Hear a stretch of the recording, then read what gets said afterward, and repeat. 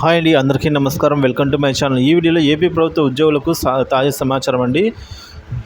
కీలక జీవో 114 అమలుపై అయితే మరో సంచలనం. ఉద్యోగులకు ఊరట. పూర్తి వివరాలను ఈ వీడియోలో తెలుసుకుందాం. వీడియో ఎక్కడే కానీ స్కిప్ చేయకుండా ఎండ్ వరకు చూడండి, అప్పుడే పూర్తి ఇన్ఫర్మేషన్ అర్థమవుతుంది. అలాగే వీడియోకి ఒక లైక్ చేయండి ఫ్రెండ్స్. వీడియోలోకి అయితే వెళ్ళిపోదాము ఫ్రెండ్స్. కాంట్రాక్ట్ అధ్యాపకుల రెగ్యులరైజేషన్ ప్రక్రియ వెంటనే ప్రారంభించాలని ఆర్థిక శాఖ మంత్రి పయ్యావుల కేశవ్ను పీడీఎఫ్ ఎమ్మెల్సీ కేఎస్ లక్ష్మణరావు కోరారు.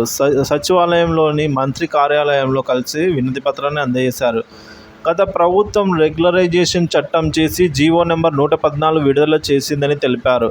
రాష్ట్ర వ్యాప్తంగా వివిధ శాఖల్లో 110 అలాగే 117 మంది రెగ్యులరైజేషన్ అంటే 10,117 మంది రెగ్యులరైజేషన్ చేయడానికి అనుమతి ఇచ్చారని వివరించారు. ఇప్పటికీ 3,000 మందిని మాత్రమే రెగ్యులరైజ్ చేశారని, మిగిలిన వారిలో ఎక్కువగా వైద్యారోగ్య విభాగంలో పనిచేశారని పేర్కొన్నారు.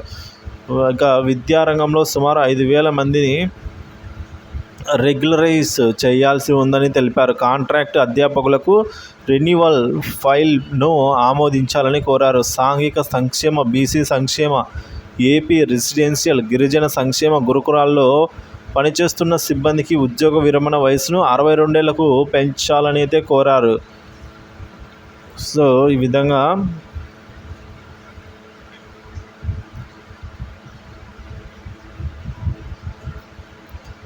మొత్తానికి మనం చూసుకున్నట్లయితే మంత్రి పయ్యావుల కేశవ్ పీడీఎఫ్ వినతి అండి.